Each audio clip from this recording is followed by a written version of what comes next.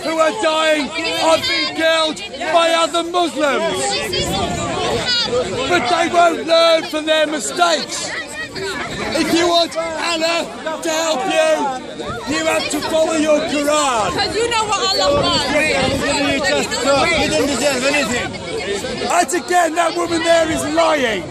I told you 3 times that I read the Quran, but you lie because you're a Muslim and lying comes natural to you. Yes.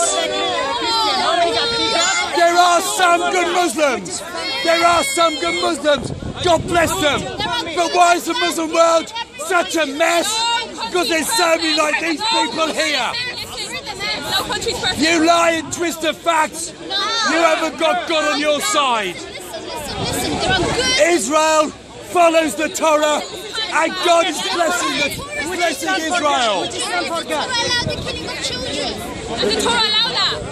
Innocent children and women. I said again, Israel never targets civilians, but Hamas deliberately puts them in harm's way. That's why you are being punished, and Israel is not being punished. Tell you what, folks, go and visit Israel, and then go and visit the neighbouring Arab countries. You'll see the difference. It's like being on a different planet. Visiting Israel, and then the neighbouring Muslim countries. You've been there, have you been there? Yes, I've been all around the Muslim world. All around the Muslim world. Okay, how many got? Every time I visit the Muslim world, I have a lovely holiday. But I think, thank God I'm not one of them. Oh, that's not nice. I'm asking you, does the Torah allow the killing of innocent kids? Because you keep on talking about the Quran. What about the Torah? Does it allow killing of innocent kids? Can I ask you a question? She pretends she's not intelligent enough to know the difference between people who deliberately target children and people who accidentally kill them. She thinks she's not intelligent enough to see the difference. I reckon she is intelligent enough. She's just pretending she's not. Gaza school stays when you send bombs and they're getting hit, children and women. Don't go there. It's deliberate. Please don't. Israel is one of the most advanced, prosperous countries in the world. They get funds from America. In Egypt, most live on $1 a day. They're backward third world countries. Why? Why? Accidentally an entire power plant. Normally, they'll blame someone else. Don't go there. People are gonna die. I mean, basically saying you support the killing of innocent kids that absolutely cannot Funny defend enough, themselves. every time she says that, I say Israel never targets civilians. They regret civilians dying, but Hamas fire missiles from civilian areas. Again, she pretends, even though I said it 10 times, she pretends she's not smart enough to understand it, even been told 10 times. Even told 10 times. When I see you, I know why the Muslim world is the most godforsaken backward place on the planet. Go and visit the place. You'll see what it's like. Why do they all want to get out of Muslim countries and live in the West? Why is it the Muslims want to go and live in Western democracies? They don't want to go and live in other Muslim countries. They want to go to America, or Britain, or Australia, or Canada, or New Zealand, or Germany, or Sweden, or Western Europe. They don't want to go and live in Muslim countries. And I can see why. Just to know the people like this running their countries. What's in a nutshell, so what is your point? Why are you stuck there getting I'm saying the Palestinians, instead of throwing missiles at Israel, should make peace with Israel and live happily ever after. That's what I'm saying. That's what I'm saying. Solution, well, they get off of the map, tells them alright, you get the West Bank. They've got nothing. They can't go anywhere. Yeah, you gotta stay with that. Alright, 2008, take you back in history. There's only Prime Minister here with all the draws out a map. You get West Bank, we get the rest of Israel. We split Jerusalem. We split Jerusalem, right? 50,000 refugees. the rest will get compensation. Abbas says, I need to think about it. A few months later, Omar ain't there no more. He's got corruption charges, and that's it. Why are we splitting the land? It's not their land in the first place. He's from a right-wing party. Oh, yes, it is. According to your Quran, it is. According to your Quran, it is. She just said, I've got no right to touch the Quran. That's stupid to say. No. Thank you, madam. Thank you. Oh, she says no point reading verses from the Quran. I think the Quran's a good book. You could quote anything from the Quran because I agree with it. Even though I'm Jewish, I follow the Torah. Yet, Quran is a good book. If you read one But line, the Quran says the children of Israel will return. And they don't like me quoting that. But I'm going to. why don't you read the whole page? Let's see what Allah says. Chapter 17, verse 104. And we said to the children of Israel after him, dwell in the land. Then, when the final and last promise comes near, we shall bring you all together as a mixed crowd, in brackets, gathered out of various nations. I like that. Why don't you read more? That's great. And I can promise you, there's nothing in the Quran which contradicts that. Some people think the Quran's a load of crap and it contradicts itself. No, you can read any bit of the Quran, it's all good. Nowhere does Allah contradict himself. And when I say this, they can never quote anywhere in the Quran which contradicts it. So you could trust the Quran, but you've got to read it and believe it, and don't go against it. I have several times. So, Speak of God, what do you see behind the media? now I go and visit Israel, Palestine and the Middle East. I look at all aspects of the media. But have a nice day. According to the Torah, you don't have a conscience. Tell me the chapter and verse. Tell me. No, there's no. So, you know, these people lie and they're stupid. They say that the Torah, because it's being stupid. That's what. He says that the Jewish Torah, hang on, I'll ask him. He has to earn respect. You have to earn respect. You have to earn respect. Just next to you to ask you a question, you just called him stupid openly. He said something stupid. Let's see if it is stupid. That's bad words. Let's see if it is stupid. This man here says that the Jewish Torah says the Jews should not return home until the Messiah comes. I asked him, where does it say that in the Torah? Oh, I don't know. No, it doesn't matter. It doesn't. Nowhere in the Torah does it say that. Do you know, for 15 years, when I've been studying up for Israel, they say, the Jewish Torah says the Jews should return when the Messiah comes. And I say, bring me the Torah, show me where it says that. For 15 years, they haven't been able to find it because it's not there. You can Google and type it in and get it just like that, but no, they can't because it doesn't say that. But it doesn't stop them coming telling lies about it. I think telling lies is stupid.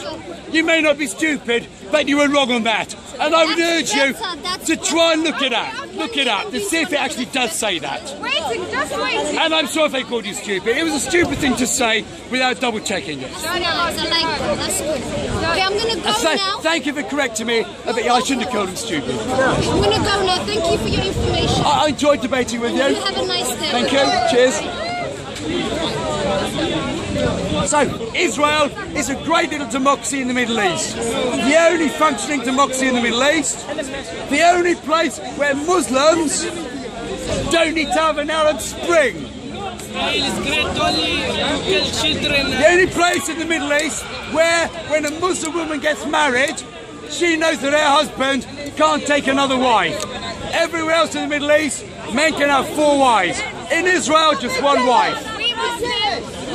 Israel is the only place in the Middle East where, when a Muslim woman gets married, she knows her husband is not allowed to beat her.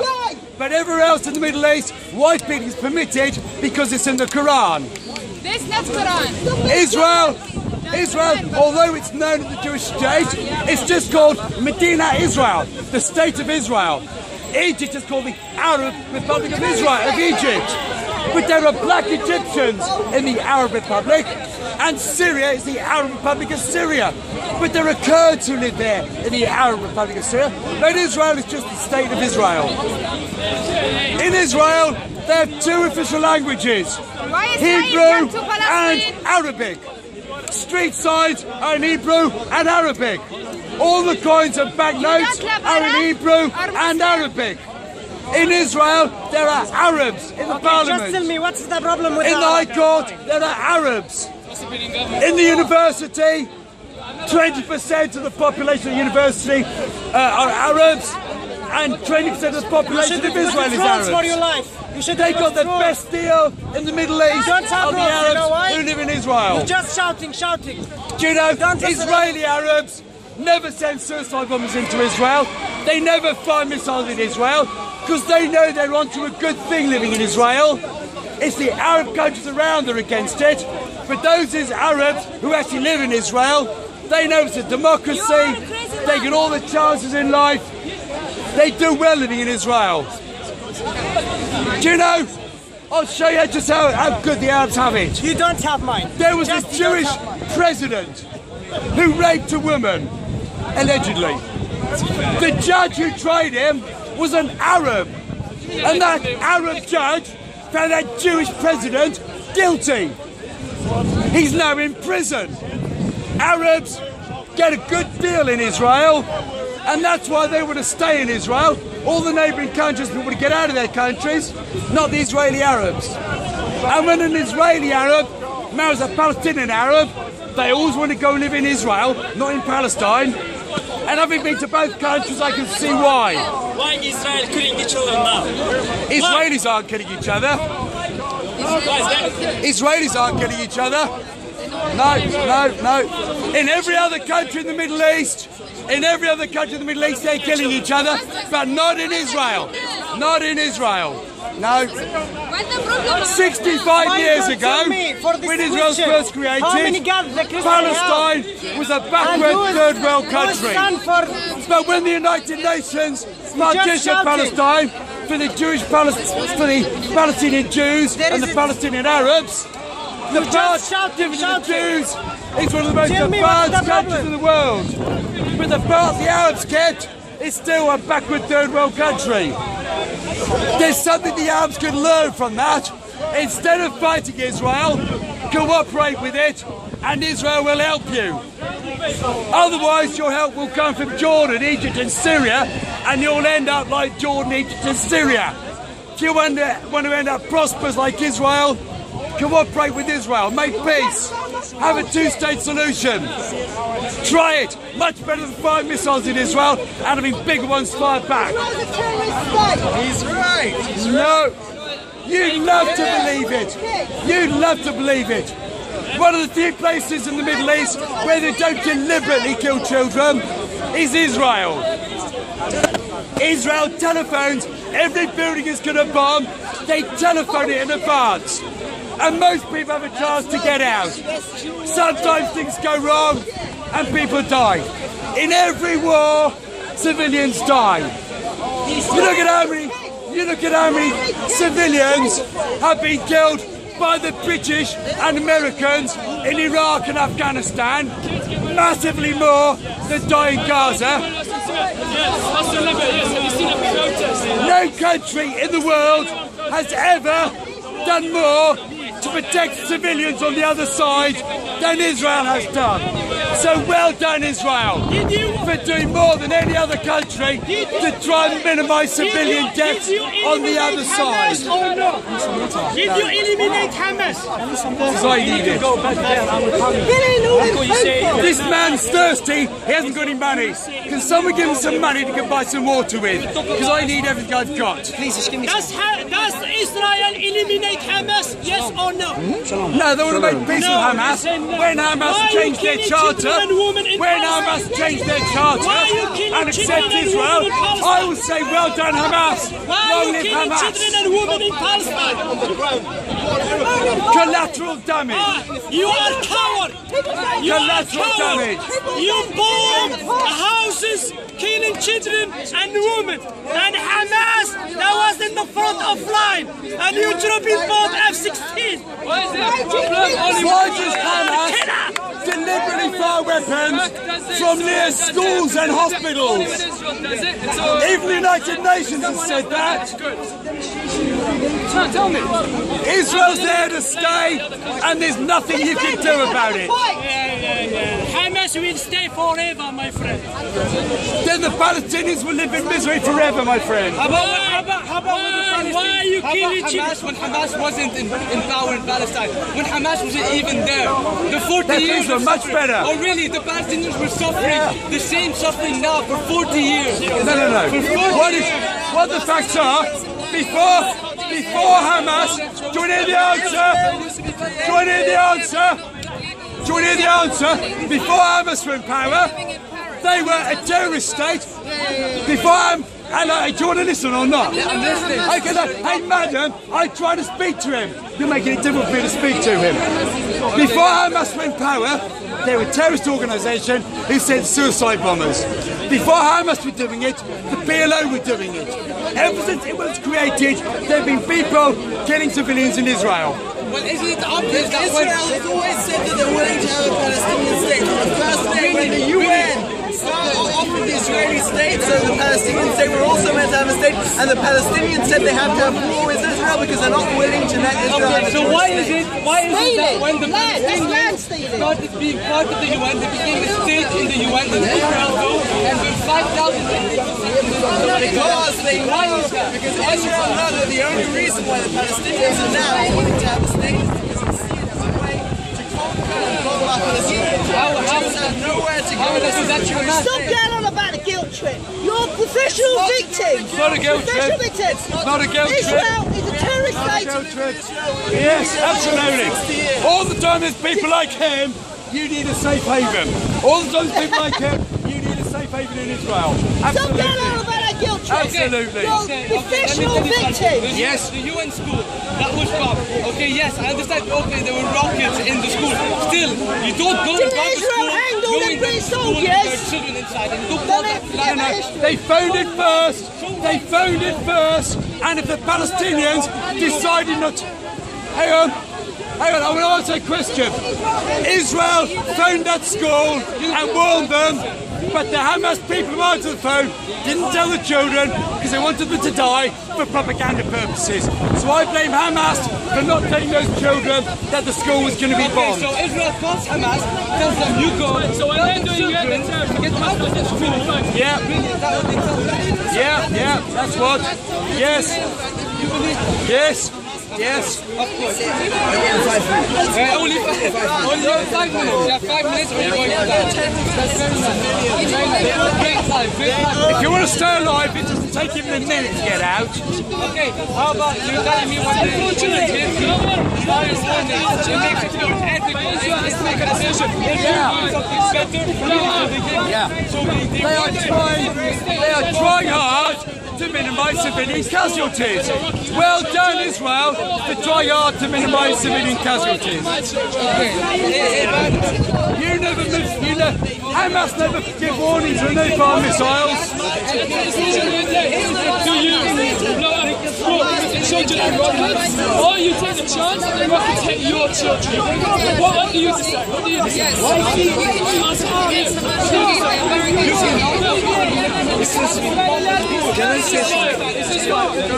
Anti-Semitism is on the rise in Europe. You know, I subscribe to the Times newspaper who's there. You know, there have been attacks at the right party. I'm not Jewish myself, but the right-wing party, Marine Le Pen, made a reference to the oven indirectly to Holocaust. Women in Germany are joining the Nazi party. You know, and some Jews are leaving for Israel for security. But loads of Jews. Hang on. I want them to carry on. I'm going to move over. My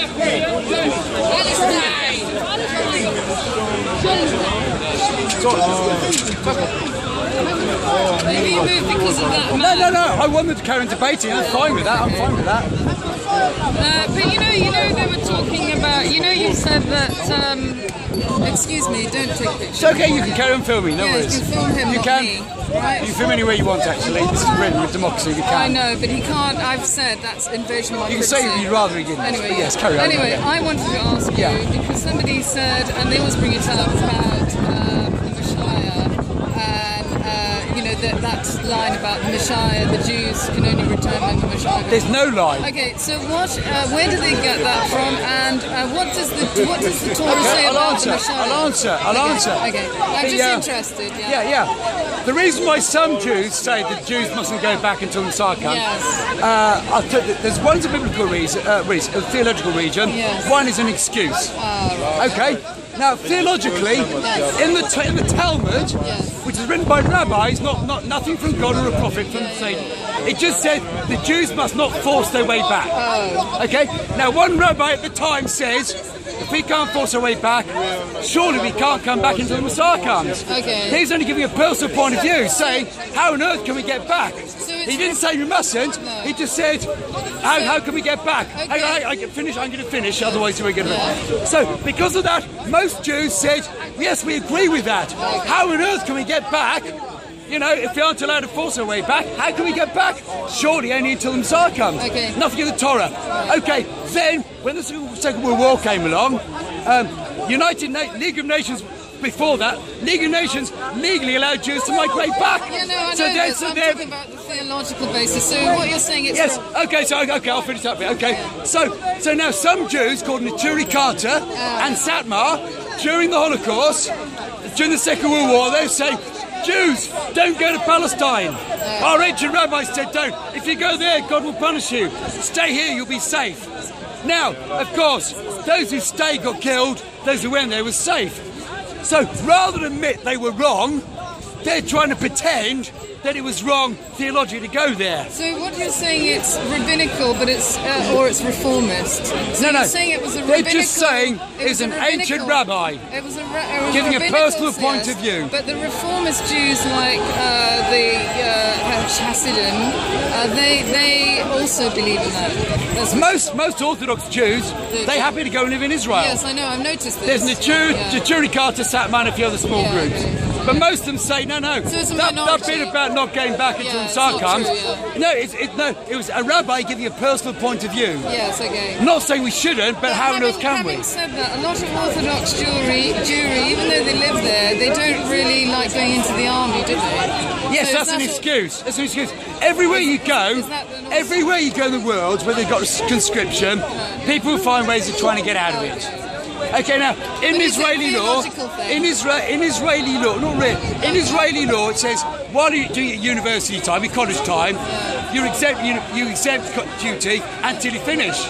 Now the yeshiva students spend their entire lives at college, so they say, well, we spend our entire lives there, so we don't have to go. So it's theological for them. Well, it's a theological excuse. An excuse. In the Torah, it says you must fight for your country. It says so in the Torah. They say their fighting is by praying.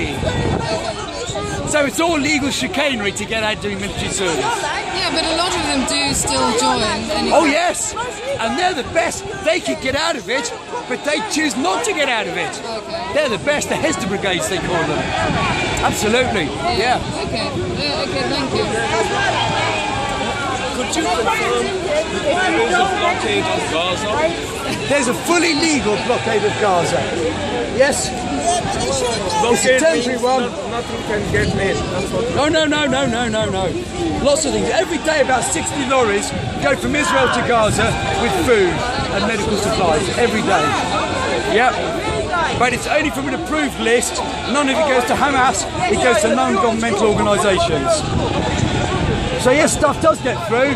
Also, Gaza has a border with Egypt, and Egypt doesn't let any food through. And yet, does Hamas fire missiles in Egypt? No. Only in Israel.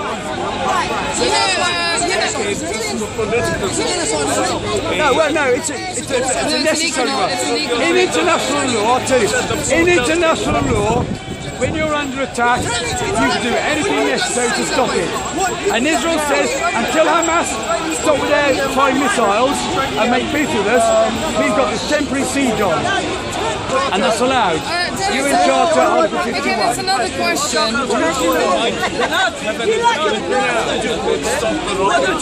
Well, I live in hope, but they haven't yet. The same thing happened years ago. No, they might be eased slightly, that's all. I have another question. Yep. When Hamas came to power, they did kill a lot of Fatah activists in the Gaza Strip. Oh, yes. Why have they Al-Fatah insist on having Hamas as part of the coalition?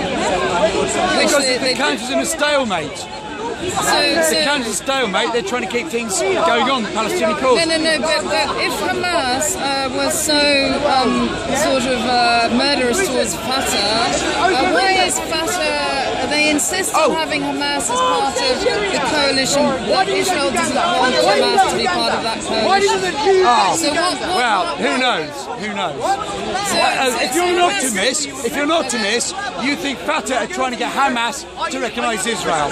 If you're a pessimist, it's because Fatah don't want to recognise Israel and they're hiding behind Hamas. I don't know. They don't tell me or most people what goes on in their But the main thing is that Fatah and Hamas, they are now a coalition, aren't they? Well, yes and no. Fatah did break it off when those three teenagers got killed. Okay, now, whether they're going to get together again or not, I don't know. I don't like Hamas, but if they change their attitude to Israel, I'd happily wear a t-shirt saying, well done, Hamas. I don't think I'll ever want to wear a t-shirt saying, well done, Hamas. I'm a Muslim. Did you say me or Israel? Number one. He went on to just walked away, yeah? Who? No. So, Hamas have a lot of blood on their hands. You can Hamas are about as bad as it comes in the world. Very few groups in the whole world as bad as Hamas. Horrible people. Look at that man sitting in Qatar, sitting in a luxury villa in Qatar. All those kids get bombed. Yeah. They should be bombed in That's right. And that man in the luxury five-star hotel in Qatar said, no, we won't accept a ceasefire. Israel accepted the ceasefire to get goods into Gaza, and yet their own leader said, no, we won't have the ceasefire for that. But you know the Qataris, they're going to have the Olympics or football. The World Cup. Yes, we should be completely boycotted. We should boycott the Qataris from now. And before that, boycott the Russian World Cup in 2 years' time because of what they're doing in Ukraine. The Qataris, they are supporting ISIS. They're supporting Hamas. They're really. They may take it back to England. Sorry. They may take it back to Yes, but because of the corruption in the bidding process, not because they're boycotting. Do you think they should boycott Qatar because it supports ISIS and Hamas? Yes, so they're going to make a lot of money. They're going to make a lot of money from the international community. Oh yeah. Well, Qatar want good publicity. They support ISIS. There's a big American military base there. It's easy to understand.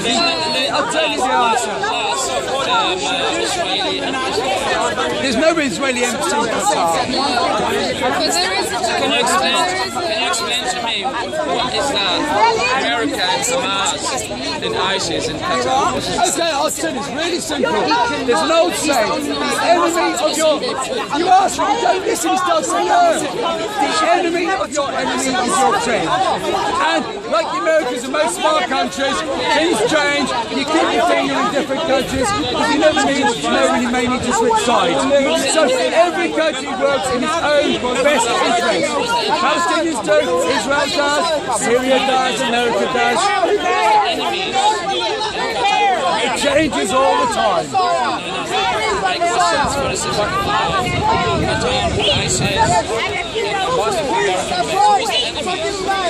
You are, I think, their own worst enemies.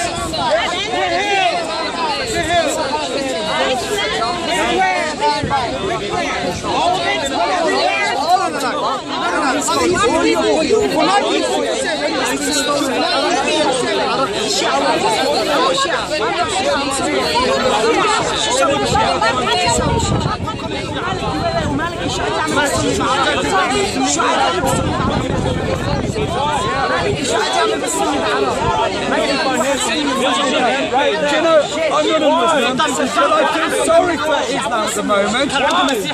Groups like ISIS and Boko Haram and Al Qaeda and all those, they're really giving Islam a bad image.